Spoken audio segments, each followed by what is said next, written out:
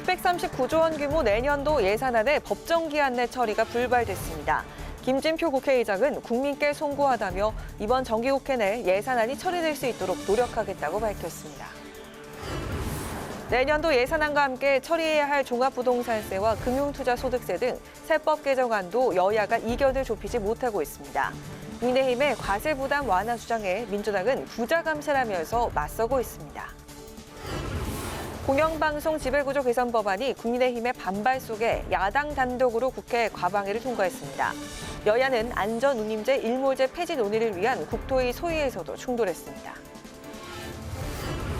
청년 정치인의 시각으로 이슈를 분석해보는 청년맛수. 오늘은 본회의 불발로 미뤄진 이상민 장관 해임안에 대한 민주당의 대응 전략을 짚어보고 서해 피격 사건서에 등판한 문재인 전 대통령의 이야기까지 이어가겠습니다.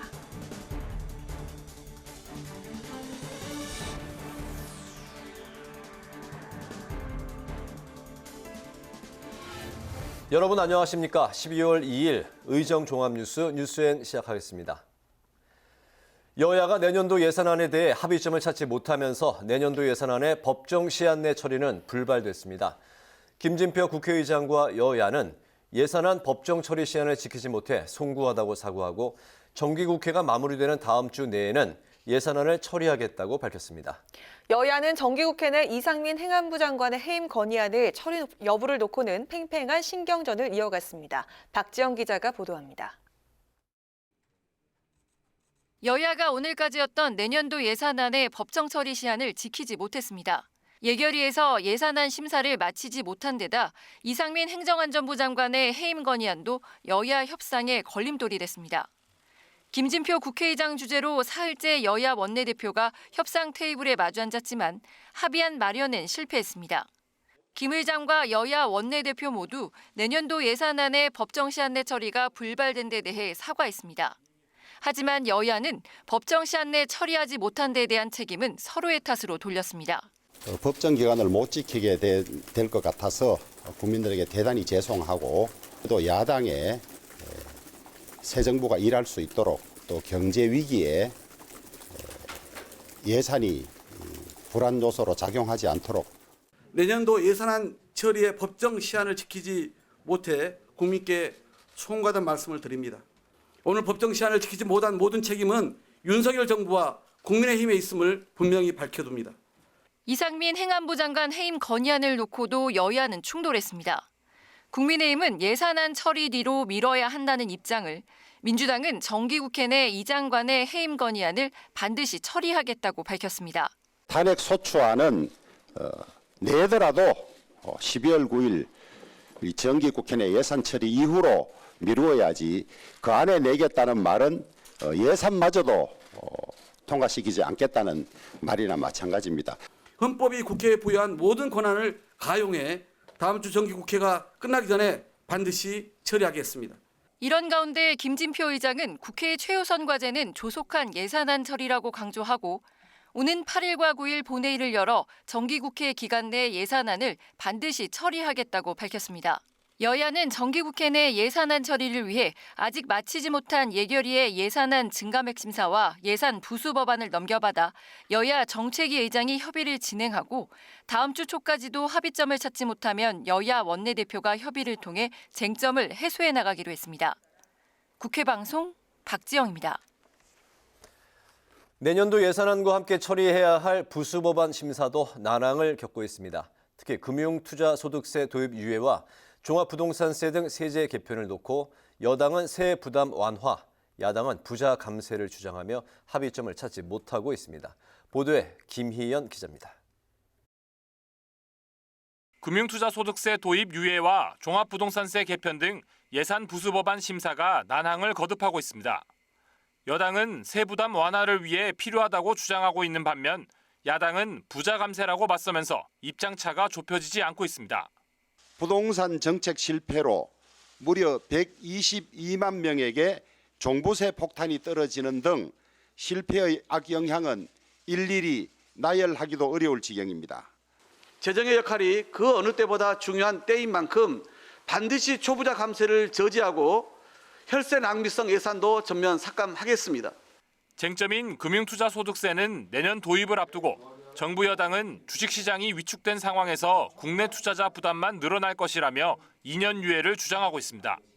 민주당은 증권거래세율 인하 조건을 내걸며 한 발 물러섰는데 정부 여당은 받아들일 수 없다는 입장입니다. 종합부동산세는 과세 기준을 현행 6억에서 9억 원으로 높이고 1가구 1주택자에 한해 3억 원을 추가 특별공제하는 안이 담겼는데 야당은 주택을 보유한 소수 부자들을 위한 감세라고 맞서면서 공정거래 가액 비율 인상을 수용 조건으로 내걸었습니다.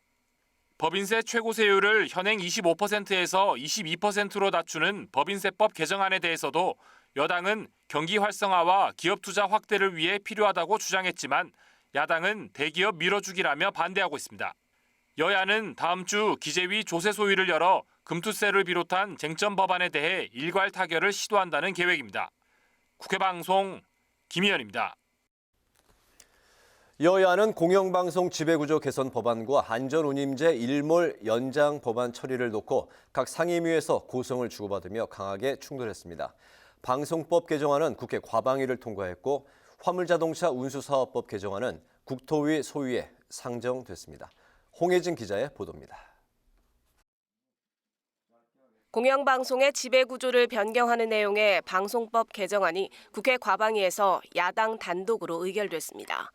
개정안은 KBS, MBC 등 공영방송의 이사 추천 집단을 국회와 시민단체 등으로 확대하고 이사 수도 현재 최대 11명에서 21명으로 늘리는 등의 내용이 담겼는데 국민의힘은 민주당이 민주노총의 방송법 처리를 강행한다며 강하게 반발했습니다. 불공정 편파 방송을 정치권으로부터 분리해서 더 공고히 하겠다는 숨은 의도가 이 방송법 개정안에 들어있는 겁니다. 시청자위원회도 친민주당 성향의 사장이 다 자기 편으로 지금 위원을 임명했습니다. 이걸 공정이라 할 수 있겠습니까? 반면 민주당은 정치 권력이 방송 장악을 막기 위한 법이라고 반박했습니다. 특정 정파가 공영방송의 사장 선임을 좌지우지하면서 영향력을 행사하지 못하게 하는 그 고리를 끊어내는 특정 정치 권력의 방송 장악을 방지하기 위한 법이라는 말씀을 드리겠습니다.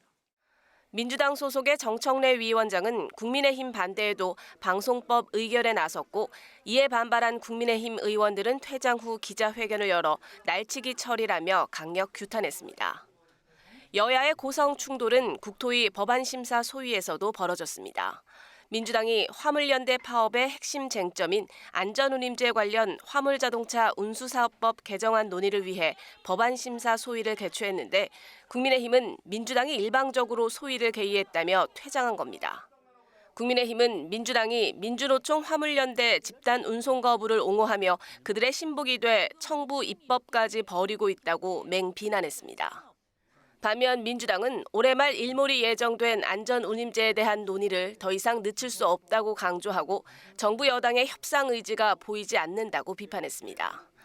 민주당은 오는 9일 한 차례 더 소위를 열고 심사를 이어가기로 했지만 국민의힘은 화물연대 파업 철회와 야당이 단독 처리한 예산안의 원상 회복 없이는 법안 심사에 참여할 수 없다는 입장입니다.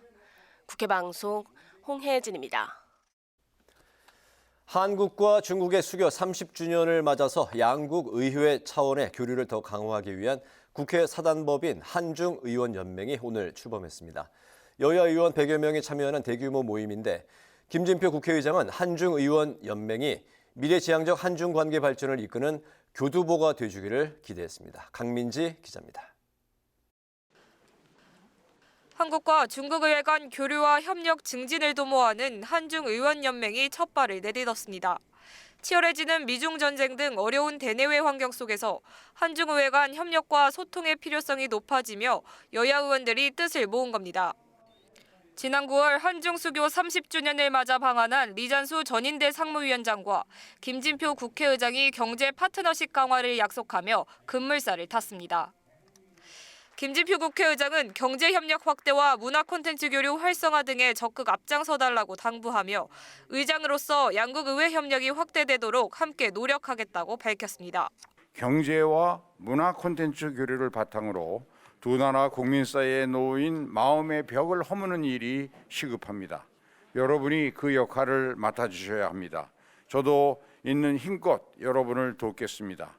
리잔수 전인대 상무위원장도 축전을 통해 한중의원연맹 창립을 축하하며 양국의 전략적 협력 동반자 관계가 더 많은 성과를 거둘 수 있도록 함께 노력해 나갈 것이라고 강조했습니다. 深化中韩两国立法机构交流合作，推动双边关系行稳致远，作出积极贡献。 여야 원내대표 합의와 의장 승인이 필요한 사단법인 성격의 의원외교연맹 창설은 한일 의원연맹 이후 두 번째로 50년 만입니다. 이후 열린 세미나에선 미중기술 패권 경쟁 시대에서 한중 경제협력이 더 필요하다는 의견이 제시됐습니다. 미국과 중국의 수많은 앞으로 벌어질 경쟁에서 한국은 어떻게 되냐? 전 세계 경기의 회복에 가장 먼저 선두에 설 나라가 미국이 아니라 중국입니다. 한중의원연맹은 내년 3월 중국 전인대 이후 상호교류에 본격 나선다는 계획입니다. 국회방송 강민지입니다. 국회 산업통상자원 중소벤처기업위원회가 전체 회의를 열고 소상공인의 온라인 판로 개척을 위한 소상공인 보호 지원에 관한 법률 개정안을 통과시켰습니다. 개정안은 중소벤처기업부 장관이 소상공인 디지털 지원 전담 조직을 신설해 소상공인의 디지털 경쟁력 제고를 위한 사업을 할 수 있도록 했습니다. 이와 함께 산자중기위는 도시형 소공인 근로자의 휴게시설을 설치하는 내용의 도시형 소공인 특별법 개정안 등 15개 법안을 처리했습니다.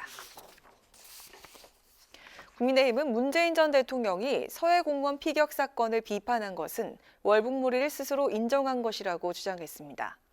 주호영 원내대표는 원내대책회의에서 어제 문 전 대통령이 당시 관련 부서의 보고를 직접 받고 최종 승인한 것이라고 밝힌 것은 월북무리에 관여했음을 자인한 셈이라고 말했습니다. 국민의힘은 문 전 대통령과 민주당의 무책임한 작태를 절대 좌시하지 않겠다며 성역 없는 수사를 촉구했습니다. 이태원 참사 국정수사 특위 야당 의원들이 국민의힘 의원들을 향해서 오늘까지 복귀 의사를 밝히지 않으면 다음 주부터 계획서에 따라 국정수사를 진행하겠다고 밝혔습니다. 민주당과 정의당, 기본소득당 등 야 3당 의원들은 오늘 기자회견을 열고 국정수사 기간 45일 중 9일이 지나서 국정수사를 더 이상 미룰 수 없다며 이같이 말했습니다. 그러면서 안전한 나라를 만드는 데 여야 없이 함께하는 것이 희생자와 유가족에 대한 도리라고 강조했습니다. 김진표 국회의장이 주한 중국 대사관에 마련된 장점인 전 중국 국가주석의 분향소를 찾아서 조문했습니다. 김 의장은 조문록에 한중 공동 번영에 큰 길을 연 장 전 주석 덕분에 한국과 중국 관계가 여기까지 올 수 있었다면서 안식을 기원한다고 적었습니다.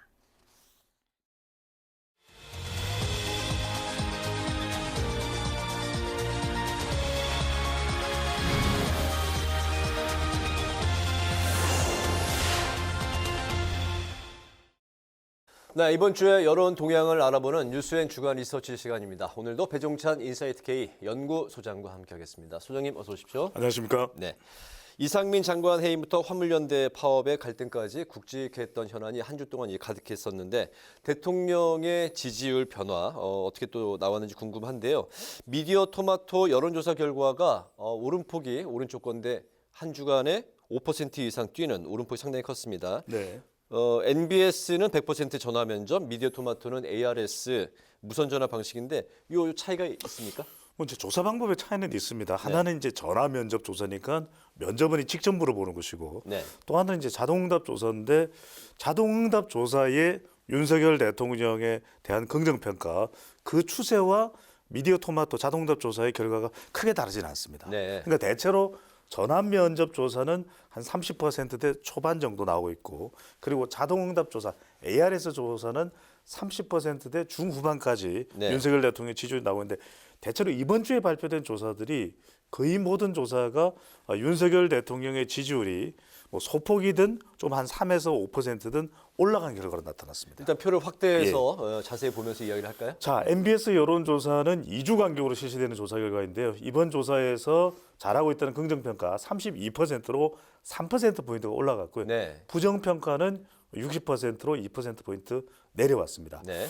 오른쪽에 이제 뉴스 토마토와 미디어 토마토의 조사를 보면 직전 조사에서는 20%대였거든요. 그런데 윤석열 대통령 이번 조사에서는 이번 주에 발표된 조사에서는 긍정이 35.5%로 5%포인트 이상 올라간 결과고요. 부정평가도 거의 5% 정도 내려온 결과로 나타났습니다. 네, 세 번째로 한국갤럽의 표도 한번 볼까요? 네. 네, 한국갤럽도 확대해서 한번 보겠습니다. 네. 네.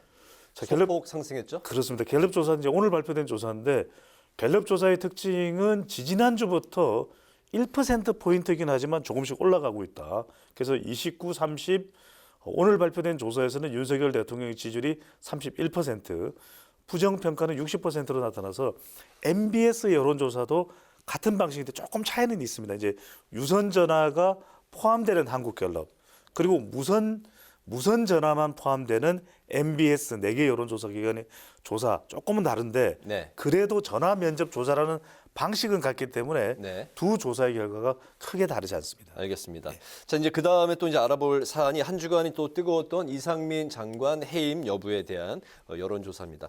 여야가 치열하게 이제 대립을 했고 현재까지 대치 상황도 이어지고 있는데 네. 여론은 이 부분 어떻게 결과가 나왔습니까? 그렇습니다. 이상민 장관과 관련된 여론은 계속해서 윤석열 대통령과 그리고 또 국민의힘으로서도 부담이 될 수밖에 없는 것으로 보입니다. 조사 네. 결과를 한번 보시면 분석을 해드릴 텐데 네. 이태원 참사 한다에 대한 이 정부의 대응 평가인데 방금 전에 윤석열 대통령의 지지율은 올라갔습니다. 이 지지율이 올라간 배경은 뭐냐면 이른바 논란이 아주 강하게 불거졌는데 조금 그것이 완화된 것이거든요. 네. 해소된 건 아닙니다. 이른바 우리가 칙칙 폭폭 현상이라고 해서 칙칙할 때는 논란이 강한 겁니다. 근데 폭폭하면서 조금 논란이 잦아들었을 때는 이제 보수청의 결집으로 지지율이 올라갔는데 여전히 이태원 참사 그리고 이상민 장관과 관련된 이 문제는 해소가 안 됐습니다. 보시면 이 참사와 관련된 정부 대응의 평가가 거의 60% 10명 중 6명이 책임의 피해와 꼬리 자르기로 일관하고 있다. 네. 상당히 부정적이죠. 네. 거의 대통령 지지율과 비슷한 정도로 나왔습니다. 그다음 민주당의 이 이상민 장관 파면 요구에 대해서 그러니까 이상민 장관 파면입니다. 정당하다. 54.3%로 절반 이상으로 나타났고 부당이 34%니까 중도층까지도 이상민 장관 파면이 필요하다 이렇게 나타나고 있거든요. 네. 그렇다면 윤석열 대통령이 앞으로 지지율을 더 끌어올리는 데 있어서는 중도층이 들어와야 되지 않겠습니까? 네. 그렇다면 이상민 장관 문제가 해소되지 않으면 중도층을 추가 유입하기는 쉽지 않은 구조와 또 지형이 될 수가 있는 것이죠. 알겠습니다. 아흐레째에 접어든 화물연대 총파업 사태에 대해서 또 물어봤습니다. 윤 대통령의 업무 개시, 명령 발동에도 여전히 그 해결점을 찾지 못하고 있는 상황인데 피해액이 1조 6천억 원까지 지금 추산이 되고 있는 상황. 네. 화물연대를 비롯한 최근 노조 파업에 대해서 여론은 또 어떻게 생각하고 있습니까? 네, 이게 노조 파업이라는 것이 파업을 반기하는 국민들은 없을 겁니다. 그러니까 네. 파업이라는 것에 대해서 물어보게 되면 일반적인 여론은 좀 부정적입니다. 그런데 이제 결과론적인 것이 더 강조되면 더 부정적일 수 있는 것이거든요. 한번 먼저 결과부터 보면서 분석을 해드리겠습니다. 네. 최근 노조 파업이라는 것이 이제 화물연대 파업도 있을 수 있고 최근엔 또 이제 서울 지하철 파업도 있었습니다. 불편할 수밖에 없거든요. 그렇죠. 결국 중요한 것은 좀 더 노동 문제에 대해서 진보적인 더불어민주당, 진보층과 보수층, 국민의힘 지지층은 의견이 나뉠 겁니다. 정반대로. 그런데 대체로 이제 불편함을 겪는 또 이 유권자층이 누구냐면 중도층이거든요. 네. 그러다 보니까 경제의 악영향, 자제해야 된다가 그 60% 가까이 58%로 나타났고 노조의 정당한 단체이다 문제될 것이 없다. 그러니까 이 34%가 네. 색깔도 그런데 거의 더불어민주당 또 진보층 비율하고 비슷합니다. 그러니까 무슨 이야기냐면 이 파업과 관련된 부분에 대해서는 우리가 분명히 명분이 있을 수 있습니다. 그 파업에. 그런데 결과론을 강조하는 건 뭐냐면 이 파업이 왜 벌어졌냐는 것보다는 이 파업으로 인해서 1조 6천억 원의 피해가 예상됩니다. 시간이 길어지면 3조 정도 가량의 피해도 예상되고 내년에 우리의 경제 성장률은 1%대로 예상되고 있습니다. 그러면 그 이야기를 듣는 국민들은 또 여론조사에 응답하는 응답자층은 부정적일 수밖에 없거든요. 네. 그러니까 우리가 결과론적인 해석을 하느냐 아니면 과정론적인 접근을 하느냐. 근데 이제 결과론적인 해석을 해서 이 화물연대 파업이든 다른 파업이든 문제가 잘 해결되면 대통령의 지지율도 더 올라갈 수 있습니다. 그런데 네, 대통령의 지지율이 더 올라갈 수 있다. 올라갈 이거는 수도 이제 있는데 최근에 강경 대응에 대한 그 여론이 긍정적으로 작용을 했다는 건가요? 아닙니다. 제 말씀을 끝까지 들어보면 네. 그런데 업무 개시 명령으로도 문제 해결이 안 되지 않습니까? 네. 그러면 이건 지지율에 또 부정적 타격을 줄 수 있습니다. 그러니까 이제 이렇게 단호한 대응, 네. 강도 높은 대응을 통해서 문제 해결이 됐다. 그러면 국민들의 평가는 달라질 수 있는데 이런 단호한 대응을 통해서 오히려 문제 해결이 안 됐다. 더 극단적인 상황으로 간다 보면 대통령의 국정 운영에도 부담이 될 수가 있는 거죠. 화물연대 파업에 대한 결과가 어떻게 나오느냐에 따라서 또 대통령의 지지율에도 같이 연동해서 영향을 줄 수 있다. 그렇습니다. 그러니까 알겠습니다. 영국의 경우에 이 이야기는 드려야 될 것 같은데 80년대에 석탄 강부나 또 1차 산업 쪽에서 이제 석탄 산업 쪽에서 집단 시위가 이루어지고 공장에서도 네. 제철 관련 기업에서도 그렇게 됐을 때 대처 총리는 아주 강도 높게 대응을 했거든요. 네. 그렇게 해서 일단 해결은 어느 정도 됐습니다. 근데 그 문제가 근본적으로 해결은 안 됐어요. 그러니까 결과적으로 국민들은 정말 극단적으로 나눠졌고 나중에 메이저 총리가 이어받았지만 결과적으로 앤서니 기던서의 제3의 길 정권이 교체돼 버립니다. 그래서 알겠습니다. 토니 블레어로 넘어가는 그런 현상도 우리가 사례로 확인해 볼 수 있는 거죠. 알겠습니다. 어떤 그 기사에서는 최근에 그 대통령의 노조에 대한 강경 대응이 지지율 상승을 끌어올렸다. 뭐 이런 이제 분석도 강성 있었다는 지지층들은 결집할 수가 있으니까요. 네, 알겠습니다. 자, 이제 마지막 오늘 여론조사 또 살펴보겠습니다. 이재명 민주당 대표가 오는 5일이죠. 다음 주 월요일인가요? 취임 이제 100일째를 맞아서 100일째 관련 어떤 언급이 있을지 또 관심이 모아지고 있습니다. 이 대표는 최근 이제 자신에 대한 관련된 사안에 대해서는 이제 언급을 자제하고 있고 민심 행보에만 주력하고 있는데 이 대표의 100일 평가 여론은 어떻게 나왔습니까? 극단적인 이 평가의 양분화 현상이 나타났다 이렇게 볼 수가 있는데 네. 좋아하는 사람은 결집해서 더 강력하게 지지하고 있고 하지만 비토층, 반대하는 층이죠. 반대하는 층에서는 더 강력하게 비토하는 현상이 나타났죠. 한번 보면 75점에서 100점이 35.1%거든요. 네. 잘한다는 거겠죠. 긍정 평가겠죠. 네. 그런데 정반대 대척 지점에 있는 것이 0점에서 25점 매우 잘못하고 있다도 32% 거의 비슷하거든요. 네. 이 이야기는 뭐냐면 이재명 대표에 대해서 더불어민주당 지지층이나 또 진보층에서는 단단히 결집돼 있습니다. 그런데 반대로 보수층이나 국민의힘 지지층에서는 또 단단히 반대하는 이 평가로 나타나고 있거든요. 그럼 누가 중요하겠습니까? 이 상황에서. 네. 자, 여러분들 이 그래프를 한번 다시 좀 확대해서 보여주시면 이제 중요한 것이 50점에서 75점과 25점에서 50점이 중요합니다. 한 30% 정도 나왔군요. 네. 과연 이들이 어디로 가느냐. 네. 그래서 앞으로 이것이 이제 더불어민주당의 지지율로 연결될 수밖에 없거든요. 이재명 대표가 이 중간지대에 있는 평가층을 더 호의적으로 가져오느냐 아니면은 가져오지 못하느냐. 네. 더불어민주당 지지율에 더 긍정적으로 상승 효과를 가져오느냐 아니면 부정 효과를 가져오느냐가 앞으로 어떤 상황이 될지 모르겠습니다만 이재명 민주당 대표의 200일 평가, 300일 평가는 더 중요해질 수밖에 없습니다. 이 표로만 봤을 때 100일에 대한 평가가 부정, 긍정 어느 쪽이 더 우세하다고 봐야 되나요?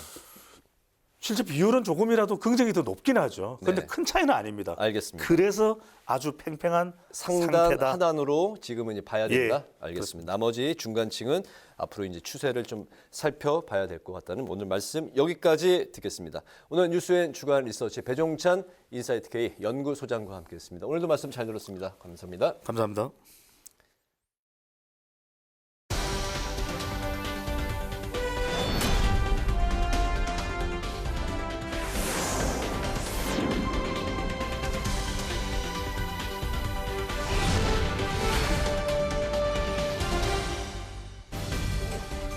(12월 2일) 정치권의 뜨거운 말말말 강아랑의 정치톡 시작하겠습니다. 오늘 첫 번째 정치톡은 도 넘지 말랍니다. 문재인 전 대통령이 서해 피격 사건 수사에 대해서 서훈 전 실장의 영장 심사 하루 전인 어제 직접 입장을 내놨는데요. 최종 승인자는 본인임을 밝히면서 수사에 대한 불쾌감을 드러냈습니다. 문정부의 대통령 비서실장을 지낸 임종석 전 실장은 도를 넘지 말란 뜻을 이렇게 해석했습니다. 대통령으로서는 당시의 어떤 안보 현안에 대해서 전체적으로 부정하고 나오는 것으로 보고 더는 참으실 수 없었던 것 같아요. 그동안 많이 참으신 거죠. 이렇게 무지막지하게 정치 보복을 해대면 그냥 맡고 있을 사람이 어디 있습니까? 윤석열 대통령의 지시나 승인이 없이는 저는 절대로 전개될 수 없는 상황이라고 생각합니다. 참을 만큼 참았다는 해석이 있는 반면에 홍준표 대구시장은 이제야 겁이 나느냐면서 지은 죄만큼 거두는 게 인간사라는 말로 문 전 대통령을 직격했고요. 여당 내부에서도 본인과 관련된 일은 모두 성역이냐, 김정은 수석 대변인답다 등의 정당한 수사에 대한 돈 없는 발언이라면서 강한 비판이 이어졌습니다. 근데 이번에 월북이 맞다라고 본인이 판단했다는 거잖아요. 사법부 판단에 개입하려고 하는 거죠. 서훈실장 이제 구속영장이 오늘 내일 결론이 나잖아요. 그러니까 구속시키지 말아라는 압박을 하는 거죠. 서해피격 공무원 고 이대준 씨의 유족은 최종 승인 사실을 직접 밝힌 문 전 대통령을 향해서 살인 방조 사실을 인정한 것이라면서 이를 유죄 증거로 검찰에 제출하겠다고 응수했습니다. 이원석 검찰총장은 이번 사건을 선입견 없이 그리고 무엇보다 유족들의 억울함이 없게끔 처리하겠다는 수사 방침을 밝혔습니다. 도를 넘지 말라는 문 전 대통령, 오늘 영장 심사를 받은 서훈 전 실장의 구속 여부에 따라서 여야의 날선 공방은 더욱 격화될 것으로 보입니다. 두 번째 정치톡은 총선 준비 본격화입니다. 22대 총선이 1년 5개월 앞으로 다가온 가운데 여야의 총선 시계가 좀 더 빨리 돌아가기 시작했습니다. 먼저 여당의 총선을 흥행시킬 다크호스로 떠오른 한동훈 장관. 그간 사사건건 한 장관과 부딪혀왔던 박범계 의원은 한동훈 차출설에 대해서 이렇게 평가했습니다. 제가 보기에는 정치를 하고 싶어 하는 것 같아요. 일종의 정치를 염두에 둔 거 아니냐라는 생각이 들게끔 하는 그런 태도와 동작들이 꽤 있어요. 발언들이. 속 시원하게 정치하겠다라고 그러면 얘기를 하든지 제일 가까우니까 아니면 검찰 독재를 연장하기 위해서라도 그런가 하면 차기 당권을 노리고 있는 국민의힘 안철수 의원은 한 장관의 당대표 출마설에 대해서 은근한 견제구를 날리기도 했습니다. 정치 경험을 쌓을 필요가 있습니다. 유능한 인재이심은 분명하지만은 반드시 총선에 이겨야 되는 상황이니까 만에 하나 당대표가 시행착오를 겪으면 안 되지 않습니까? 국정조사라든지 이제 이런 굉장히 많은 정부의 또 현안이 있습니다. 이럴 때 법무부 장관이 그 직을 버리고 당대표 선거에 나가는 게 또 과연 바람직한가? 당 내부에서도 당대표 출마는 임기 2년의 장관직을 수행 중인 만큼 현실적으로 불가능하다는 의견이지만 내후년 총선이라면 이야기가 또 달라집니다. 한동훈 장관이 국회에 나와서 답변하는 거 보면 박수치고 속이 시원할 때가 너무 많습니다. 그렇지만 당대표 자리를 노린다. 이것은 호사가들의 얘기가 아닐까. 저는 국회의원 출마는 가능하다고 보는데요. 수도권을 견인할 수 있다고 생각합니다. 우리 당의 승리를. 심지어 차기 대선 주자 선호도에서 이재명 대표에 이어서 2위를 차지하면서 존재감을 한껏 키우고 있는 한동훈 장관. 그렇다면 야당의 총선 상황은 어떨까요? 최근 뒤숭숭한 민주당 안팎에서 연이어 소환되고 있는 조국 전 장관. 오늘 자녀 입시 비리와 감찰 무마 의혹 공판에서 검찰이 징역 5년을 구형했습니다. 이 같은 송사를 의식했던 탓일까요? 우상호 의원은 단호하게 출마 가능성을 일축하기도 했습니다. 제가 지난번 총선 때도 굉장히 이제 권유도 많이 했는데 진심으로 자기는 정치권에 가고 싶지 않다. 지금은 마음이 바뀌는지 모르지만 전 조국 같은 분이 현실 정치권에 와서 정당 활동 같이 했으면 좋겠다는 생각도 하고 있었어요. 그 당시에는 하셨어요? 당시에는. 근데 이제 지금은 사실은 이제 전체적으로 다 불가능해졌습니다. 현재로선 불가능하다는 입장이지만 가장 장담할 수 없는 것이 바로 정치이고 또 선거이기도 하죠. 조국 전 장관의 재판 과정을 비롯해서 여야의 빨라진 총선 시계를 관심 있게 지켜봐야 할 것 같습니다. 지금까지 강아랑의 정치톡이었습니다.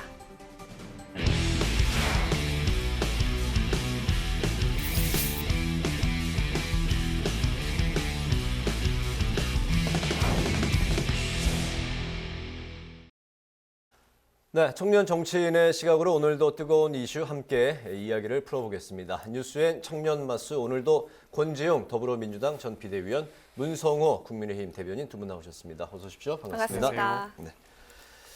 이상민 행안부 장관의 해임을 추진 중인 민주당인데요. 여야가 서로 이견 중인데 국회의장이 오늘까지 본 회의를 모두 열지 않으면서 이 해임안에 대한 게 현재까지는 불발이 된 상태입니다. 하지만 민주당이 해임 건의안 강행 의지를 강력하게 현재도 표출하고 있는데 거기에 또 탄핵 카드 이야기도 솔솔 나오고 있는 상황입니다. 이 탄핵 카드 과연 그 민주당이 정말 꺼내 들 수 있는 상황이 올 수 있을지 두 분 먼저 의견을 좀 들어볼까요? 일단 뭐 탄핵까지 안 가는 게 좋죠. 그러니까 해임 건의를 하고 대통령께서 사실은 이 이태원 참사와 관련돼서 누군가는 책임져야 된다고 생각하실 테니까 그것으로 이상민 장관을 해임시키게 된다고 하면 뭐 탄핵까지 갈 이유가 없는 것이죠. 근데 지금까지 상황을 봤을 때는 그럴 것 같진 않아 보입니다. 그러니까 오늘 국정조사위가 열렸는데 유가족분들이 오셨음에도 불구하고 여당은 아예 나타나지도 않았어요. 그러니까 찾아가서 만나도 모자랄 판에 유가족분들이 왔는데도 피하고 있다. 저는 이태원 참사를 대하는 모습이 여당의 모습이 적나라하게 드러났다고 생각합니다. 근데 이것은 정쟁을 삼아서 민주당이 뭔가 우위를 얻어서 좋을 일이 아니라 최소한 유가족 분들에게 여전히 국가가 남아있고 수습을 위해서 누구라도 최선을 다하고 있구나라고 하는 경험을 줘야 된다고 생각하는데 지금이라도 늦지 않았으니까 이상민 장관은 해임하고 얼른 국조에 참여하고 다른 진상조사에도 아주 적극적으로 참여하길 바라는 마음입니다. 유가족을 만남을 회피한 여당의 말씀을 하셨는데 국정조사가 걸려 있는 상황에서 여당이 입장을 바꿀 수가 있을까요? 우선 아까 얘기하신 유가족분들이 오셨던데 저희 당이 참석하지 않은 것은 저도 좀 잘못됐다고 생각합니다. 네. 갔어야 된다라고 생각을 하고 가서 나오는 이야기하고는 별개로 그 자리에 참석을 하는 것은 저는 유족들을 위로하는 데서 굉장히 중요한 것이라고 생각합니다. 이런 부분 저희 당 스스로가 조금 아쉽고 다만 이제 국조가 이제 시작되는 것이지 않습니까? 그러면은 실제로 이상민 장관이 어떤 책임질 만한 잘못이 있는지 없는지 이제 우리가 그것을 확인해 가는 과정이 이제 시작된 것인데 그런 것이 이제 시작인데 벌써 해임부터 이야기하는 것이 순서에 맞는가 이런 부분에 대해서는 저는 좀 말씀을 드리고 싶고 다만 이제 이런 어떤 절차적인 사법적인 책임이 밝혀지지 않았더라도 기존의 관례상 저희 최고 책임자의 위치에 있는 분들이 사임을 하시는 게 또 우리 대한민국 관례였지 않습니까?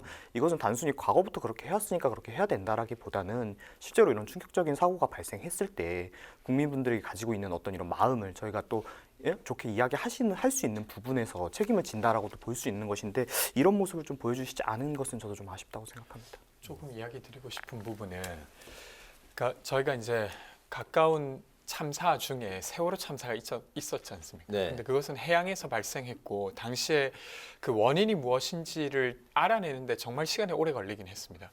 근데 이 사안은 그렇지 않아요. 그러니까 서울 한복판에서 벌어졌고 대비하지 않은 자가 누구인지 그리고 전화가 11번이나 신고가 왔다는 거지 않습니까? 압사 참사가 일어날 것 같다. 제발 좀 도와달라고. 근데 거기에 반응하지 않은 건 누구인지 너무도 명확합니다. 그리고 여기에 대한 총책임자 역시도 너무도 명확하죠. 근데 그것을 넘어서 수습을 해야 되는데 유가족 중심으로 수습을 망치고 있어요. 유가족분들이 자기가 겪은 아픔과 똑같은 아픔을 겪은 사람을 만나려고 그게 아주 큰 위로가 된다고 이야기하고 계십니다. 근데 만나지 못하게 한 정황들이 드러나고 있고 지금도 유가족분들은 그렇게 말하고 있어요. 어떤 한 공무원이 나에게 설명해 주기를 나는 유가족끼리의 전화번호를 교환하지 못하도록 교육받았다라고 했다는 거지 않습니까? 이것 다 누구 지휘하에 일어난 것입니까? 그러니까 이상민 장관이 지휘를 직접 했든 안 했든 이 일이 벌어지고 있는 겁니다.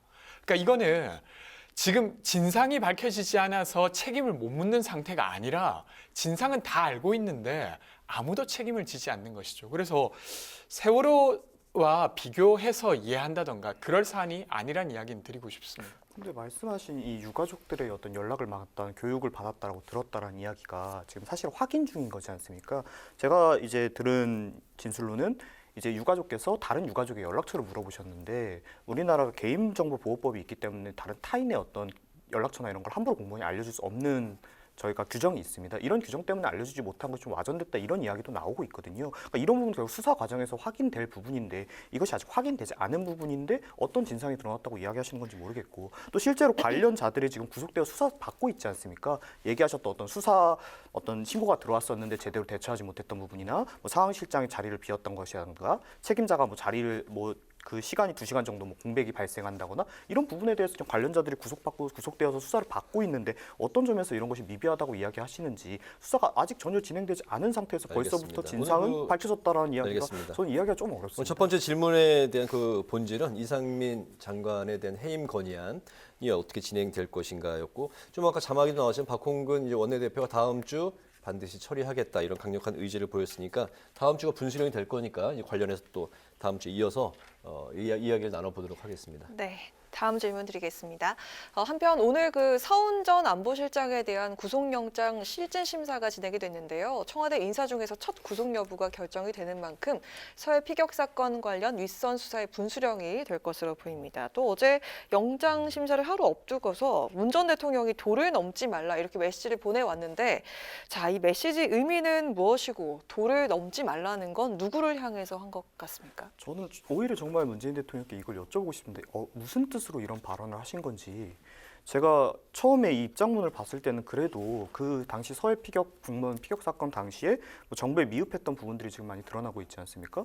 이런 부분에 대해서 어떤 유감의 표명이나 사과의 표시가 있을 줄 알았는데 내용 자체는 진짜 마치 어떤 수사라는 것의 영역을 한정시켜서 이 이상 넘어오지 마라 이런 식으로 저는 이야기하는 걸로 들렸거든요. 이것이 실체적인 사실은 이제 수사를 해봐야 밝혀질 수 있는 부분이겠지만 저희가 지금 수사되고 있는 부분이 뭐 어떤 국방부라든가 뭐 국가안보실이라든가 관련 지금 부처들을 수사하고 있는 것이지 않습니까? 네. 그런데 어떤 선을 긋는 발언을 한다는 것 자체가 어떤 자신이 생각하는 성역이 있고 거기를 침범하지 말아라는 이야기로밖에 들릴 수 없는 상황이거든요. 수사 과정에서 만약 자신이 책임져야 될 부분이 드러난다면 이 부분에 대해서 담담하게 책임을 지시면 되실 일인데 수사가 종결되지도 않은 시점에서 선을 긋는 발언하시는 건 좀 적절치 않았다고 생각합니다. 네. 저는 뭐 취임한 지 6개월 정도가 되었는데 사실 주장하는 건 이런 거지 않습니까? 서해 공무원 피격 사건이 사실은 월북이라고 하면 안 된다. 그러면 그 전에 월북이라고 규정했을 때 그때 근거와 달라진 근거가 있어야 되지 않습니까? 그것이 없는데 어떻게 판단만 달라졌냐라고 되묻고 있는 거예요. 당시에 이제 월북 정황을 확인했었던 것은 SI 정보가 되게 중요했던 것 같은데 그때 한기호 국민의힘 의원이 그런 발언을 했습니다. 자기가 들었는데 실제로 월북 정황이 명확했다. 그래서 뭐 자세한 것을 말하긴 어렵지만 그렇게 나도 이해했다라고 한 바 있습니다. 그러니까 근데 그때와 달리 지금 왜 월북이 아니라고 할 수 있는지에 대해서 설명하지 않고 그냥 계속 수사를 하고 있는 거예요. 그리고 이번에 구속을 했다가 그 구속되었던 국방부 장관과 경찰청장 그러니까 해양경찰청장이 다 구속적부심에서 다시 풀려났죠. 그러니까 이게 이렇게 계속 하는 게 사실 유가족을 위해서라도 그리고 윤석열 정부를 위해서라도 정말 옳은 거라고 저는 되묻고 있다고 생각합니다. 알겠습니다. 서훈 전 실장에 대한 영장 실질 심사가 지금 심사 중이고 오늘 안에 구속 여부가 결정이 될 것 같은 그런 전망이 이제 나오고 있습니다. 이 상황을 앞두고 문재인 대통령이 서해 사건에 대해서 최종 승인은 내가 했다 이렇게 분명히 밝혔습니다. 검찰은 서해 피격 사건의 최종 결정자가 서훈 전 실장이라고 이제 언급을 했고 이런 상황에서 문 대통령이 등장을 했습니다. 최종 승인은 내가 했다. 최종 책임은 내가 있다. 그렇다면 만약에 그 문 전 대통령까지 검찰의 수사가 이어질 수 있을지 두 분은 어떻게 생각하십니까? 저는 이 사안이 그러니까 대통령의 수사까지 가기가 좀 구조적으로 어렵다고 생각합니다. 그러니까 지금 뭐 이제 검찰이나 감사원에서는 네. 문서를 삭제했다고 주장하지만 그 문서의 원본은 또 다 그대로 있다라고 주장하고 있는 측이 있습니다. 근데 일단 확인이 안 되고 있어요. 그럼 문서 삭제가 만약에 없었다고 하면 이 사안은 어떤 사안이냐면 전 정부가 그때 당시 가지고 있었던 정보로 어떤 해석을 했던 바꿔 말하면 전 정부의 통치 행위와 관련된 것입니다. 근데 전 정부의 통치 행위가 잘못되었을 때는 보통 민주사회에서는 정치적으로 심판을 하죠. 그래서 정권이 바뀌거나 정권이 지속되거나 하는 것입니다. 근데 그것을 형사적으로 처분하겠다? 저는 만약에 그런 일이 벌어진다고 하면 어떤 해석이 형사적으로 처분된다고 하면 거의 대부분의 정치적 행위는 늘 형사적으로 처분돼야 되는 위험에 놓이게 돼요. 근데 우리는 그렇게 하고 있지 않아 왔지 않습니까? 그래서 이것을 무리스럽게 형사적으로 대통령을 구속시킨다거나 아니면 처분한다는 것 자체가 저는 좀 어불성설이라고 생각합니다. 서훈 전 실장에 대한 결과는 오늘 어떻게 나올 것 같습니까? 저는 앞서 이제 두 분이, 그러니까 국방부 전 장관과 네. 해양경찰청장이 구속적 부심에 의해서 다시 풀려났습니다. 그런 걸 봤을 때도 이번에 구속이 안 될 가능성이 좀 높다고 생각하고, 앞서 말씀드린 바대로 문서 삭제가 있었다고 주장하지만 그 지금 서훈 안보실장은 내가 말한 그 문서들은 원본이 그대로 남아 있는데 어떻게 그게 없어졌다고 말할 수 있냐라고 주장하고 있는 상태예요. 네. 그럼 그게 아니면 정치적 해석 때문에 이 사람이 구속돼야 되는데, 저는 전 정부의 통치행위를 구속할 사유로 볼 수 있을까 하는 의문이 여전히 남아 있습니다. 네, 서훈 전 실장에 대한 구속 여부와 문 전 대통령에 대한 수사로까지 이어질 수 있을지 그 의견 들어볼까요? 저도 말씀하신 부분에서 조금 이제 동감이 가는 부분이 어떤 거냐면, 지금 쟁점이 되고 있는 부분이 어떤 것이냐면, 서욱 국방부 장관이 이제 증언을 하기에 이 사건을 어떤 이제 월북 정황이 있는 근거 위주로 이제 이야기를 할 것을 국가안보실로부터 지침을 받았다, 그리고 어떤 삭제 지시를 받았다는 진술을 하신 거 아닙니까? 그런데 이제 이건 이제 이분의 진술이고, 반대로 이제 서훈 실장님 같은 경우에는 또 반대의 진술을 하고 계신 부분이 아닙니까? 지금 그러니까 당시 고위공무자들끼리의 증언이 지금 엇갈리고 있는 상황입니다. 그래서 말씀하신 바와 같이 그런 어떤 이제 문서 삭제가 있었다면 이것은 이제 형사적으로 처벌을 받아야 될 일이죠. 하지만 이것이 만약에 그냥 단순히 말씀하신 바와 같이 어떤 정치권에서의 해석이었다면은 비판은 받은 일입니다. 우리 국민이 이제 타국에 의해서 살해되고 또 그 시체가 또 이렇게 훼손되는 지경까지 이르렀는데, 그 당시 보고를 받았음에도 3시간 동안 뭐 어떠한 구조의 행위를 하지 않았고, 또 그 이후에도 이런 월북으로 판단될 만한 근거들도 있었지만 반대로 이것은 월북이 아니라고 판단될 만한 근거들도 당시에 함께 나왔는데, 이것을 특정 목표를 가지고 편취해서 공개했다는 논란이 계속되고 있는 이상 이 부분에 대한 정치적 책임은 져야겠죠. 국민의 생명에 걸린 일이니까. 하지만 사법적인 피해는 제가 앞서서 이상민 장관을 그럼 이걸 사법적인 문제가 되고 나서 이제 해임이나 탄핵은 이야기를 해야 된다는 거와 마찬가지로 이것을 뭐 대통령을 구속 수사를 해가지고 할 만한 사안은 저도 아니라고 생각합니다. 네, 알겠습니다. 자, 이렇게 검찰 수사 앞에 이재명 대표 그리고 문재인 전 대통령까지 수세에 몰린 상황인 것 같습니다. 박영선 전 장관이 그 분당설을 언급하면서 지금 이 계파 갈등이 수면 위로 올라온 상황인데요. 자, 우리 청년 정치인들 생각이 궁금합니다. 민주당 분당이 현실화가 될 것이라고 보십니까? 저야 이제 아무래도 저희 당 일이 아니다 보니까 뭐 내부 사정을 잘 몰라서 어떤 맥락에서 이런 것이 나온지 뭐 제가 잘 알 수 없는데요. 네. 다만 이제 기존에 저번 이제 민주당 전당대회부터 뭐 친이재명계의 독주가 사실 꾸준히 이어져 왔지 않습니까? 그렇다면 아무래도 좀 배제되는 비주류들의 어떤 불만이 있을 수밖에 없는데, 또 최근에 이제 이재명 대표의 사법 리스크가 결국엔 항상 우려됐던 대로 지금 일어나고 있는 상황이고, 이런 목소리 자체는 나올 수 있다라고 생각을 합니다. 하지만 분당이라는 게 뭐 지금 상황에서 어떤 일어날 것이다 아니다라는 건 저희가 뭐 크게 예측하는 의미가 없을 거라고 생각합니다. 왜냐하면 워낙 앞으로 변수가 많기 때문에. 다만 지금 제가 이제 걱정되는 부분은 이제 이재명 대표의 사법 리스크가 결국에는 현실화가 되고 있는 상황에서 민주당도 결국엔 다음 스텝을 생각해야 되지 않겠습니까? 근데 이런 부분에서 지금 기존의 이재명계가 당내에 가지고 있는 어떤 권한, 이런 권력이 너무 강해서 결국 그 다음 스텝으로 제대로 나가지 못하다 보니 이런 자북이 나오고 있는 것이 아닌가. 결국에는 어떤 대표 한 사람의 방탄을 위한 정당이 아니라 국민을 위한 정당이 되지 못한다는 신호가 아닌가, 이렇게 좀 걱정이 됩니다. 네. 지금 요 이야기는 그 이제 상징적으로 이야기되는 것이 고양이 탈을 쓴 호랑이예요. 근데 이 이야기가 언제 나온 거냐면 지난 5월에 나온 겁니다. 근데 맥락을 보면 당시에 이제 이재명 후보가 개항을에 출마하는 것을 두고 사실은 명분과 실리가 있지만 정치라고 하는 건 명분 있는 일을 해야 된다.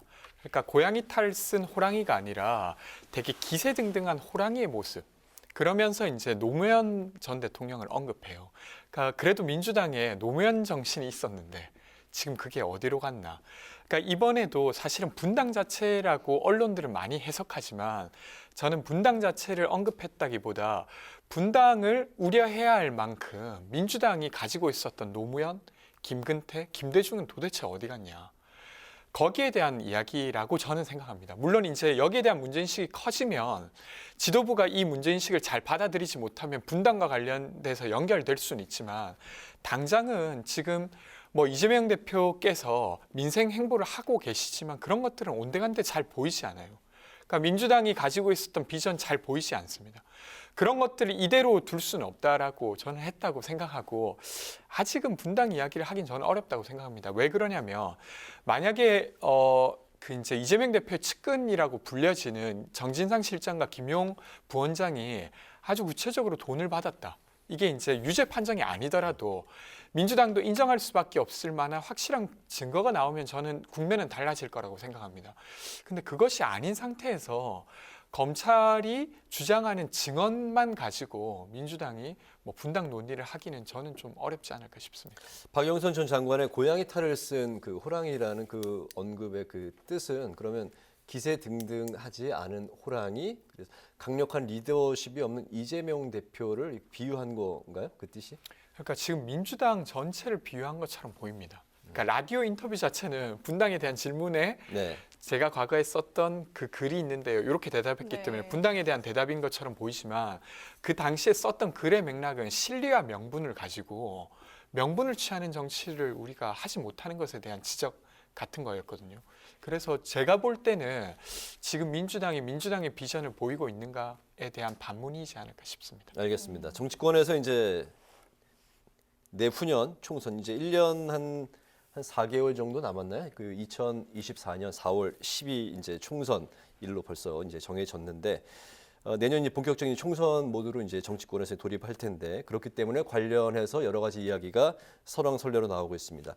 일단 그 강력한 구심점 역할을 할 인물이 좀 부족하다라는 인물론이 좀 나오고 있는 상황에서 권지웅 의원도 출마 의향이 있는 걸로 알고 있고 네. 관련해서 이제 이번 질문에 많이 좀 관여도 있는 이야기가 나올 것 같습니다. 그 여당에서는 한동훈 당대표 차출론이 본인 의지와 또 상관없이 여기저기서 나오고 있고 야당에서는 최근에 조국 전 장관 또 차출론이 나오고 있습니다. 이게 그 민주당 내에서는 나온 이야기가 아니다 이렇게 이제 또 그 당 내에서는 이야기를 하고 있는데 요 실체는 어떤 건지 그 두 사람의 차출론 총선을 앞두고 얼마나 가능성 있는 시나리오인지 두 분의 생각도 들어볼까요? 일단은 타당이긴 하지만 국민의힘 이야기부터 하면 제 생각에는 한동훈 지금 법무부 장관이 당대표로 출마해서 혹시라도 된다고 하면 그건 정치 전체의 불행이라고 저는 생각합니다. 그러니까 이제 한동훈 장관께서 논리적으로 능력 있다 이런 것들이야 인정할 만하고 필요한 능력일 수 있지만 그 개인에게 근데 국정을 운영한다고 하는 건 조정하고 포괄하는 자의 위치에 서는 것이에요. 특히나 여당의 대표가 된다고 하면 그런 태도가 필요한데 그것을 하지 못하는 당대표가 여당의 대표가 된다? 저는 여당뿐만 아니라 정치 전체가 불행해질 거라고 일단 생각되고요. 총선 가능성은 어떻게 해요? 저는 총선은 출마하실 것 같습니다. 왜 그러냐면 이미 국무위원으로서의 태도를 다 버리셨어요. 그러니까 이게 정쟁을 한다고 정신이 없잖아요. 한마디도 지고 싶지 않아 하는데 그건 어떤 인물의 특성이라기보다 정치를 하고 있는 겁니다. 국무위원이라고 하는 건 왜 신중해야 되냐면 그것 자체가 정부이기 때문이에요. 그러니까 정부이기 때문에 할 말이 있지만 하지 않는 것. 정부이기 때문에 위협을 할 수 있지만 위협하지 않는 건데 그 태도를 버리신 지 오래라 그냥 정치로 이미 나오셨다라고 저는 보고요. 네, 조국 전 장관은요? 근데 저는 민주당에서 조국 전 장관의 차출을 먼저 이야기했다기보다 되려 국민의힘 의원이 조국 전 장관 이야기를 하면서 지금 좀 붉어진 것 같은데요. 민주당 구성원으로서 조국 전 장관을 굳이 호출해야 될 이유는 저는 없다고 생각합니다. 만약에 본인께서 아주 출마하고 싶다고 하면 그것을 뭐 개인적으로 무마시켜야 된다고 생각하진 않지만 민주당이 먼저 나서서 할 이유는 없다고 생각하는데 왜 그러냐면 당시에 민주당은 한번 뼈아프게 그 어떤 청년들이 겪고 있는 어떤 불평등 사이에서 교육의 불평등에 대한 것을 사실은 거의 무시하는 듯한 인사를 했던 사례가 있었지 않습니까? 그걸로 되게 많은 어떤 민주당 내의 분열을 가져왔었는데 그것을 기억하고 있으면서도 굳이 조국 전 장관을 저희가 먼저 차출할 이유는 저는 없다고 봅니다. 한동훈 장관의 총선 출마 가능성은 높고 조국 전 장관은 출마 가능성을 이제 거의 없다고 이제 보셨습니다.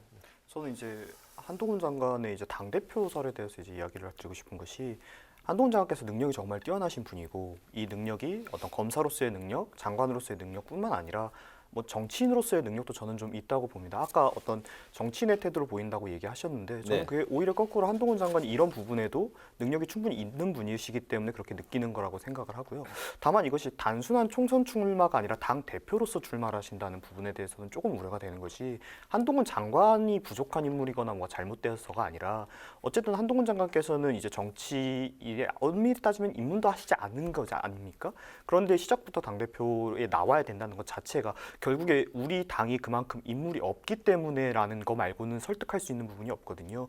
그러니까 결국에는 한동훈 장관이라는 정말 뛰어난 재원을 지금 맞지 않는 당대표라는 자리에 우리가 가져다 써야 할 만큼 우리가 지금 상황이 좋지 않다라는 뜻이 되기 때문에 저는 별로 좋은 방향성은 아니라고 생각합니다. 그리고 이제 조국 전 장관 같은 경우에는 말씀하신 바와 같이 저는 이 뭐 설이 어디에서 먼저 나온 것인지는 잘 모르겠지만 제 그냥 개인의 입장에서 개인이 계산을 해봤을 때 조국 전 장관께서 나와주시면 저희 당 입장에서 너무 좋죠. 왜냐하면 이제 민주당이 크게 이제 전 정부 때 비판을 받았던 점이 뭐냐면 단순히 어떤 잘못을 했기 때문이 아니라 그런 잘못을 하는 사람들을 꾸준히 비판해왔던 사람이 오히려 자신이 더 위선적인 그런 잘못을 했던 뭐 박원순 시장 사건이라든지 몇 가지 내로남불 행태들이 있었기 때문 아닙니까? 거기에 대표적인 분이 이제 조국 장관이신데 그런 분이 다시 또 총선에 나와주신다면은 결국 국민 여러분들의 이제 민주당에 가지고 있는 이 비판 정서를 다시 한번 또 촉진시키는 것이 될 것이기 때문에 저는 조국 장관께서는 나오시지 않을 것 같습니다. 알겠습니다. 오늘 청년마수도 역시 뜨겁게 토론이 이어졌습니다. 이제 마칠 시간이 됐는데요. 오늘 청년마수 지금까지 권지웅 더불어민주당 전 비대위원, 문성호 국민의힘 대변인 두 분과 함께 관련 말씀 나눴습니다. 오늘 말씀 잘 들었습니다. 네, 고맙습니다. 감사합니다. 고맙습니다. 주말인 내일은 예년 수준의 추겨울 날씨 보이면서 추위는 다소 누그러지겠습니다. 다만 전국의 하늘 대체로 흐리겠고요. 곳곳에 눈이나 비가 내리겠습니다. 들쑥날쑥한 날씨에 건강관리 유의하시기 바랍니다. 네, 오늘 뉴스에는 여기서 마치겠습니다. 시청해주신 여러분 고맙습니다. 편안한 주말 보내십시오.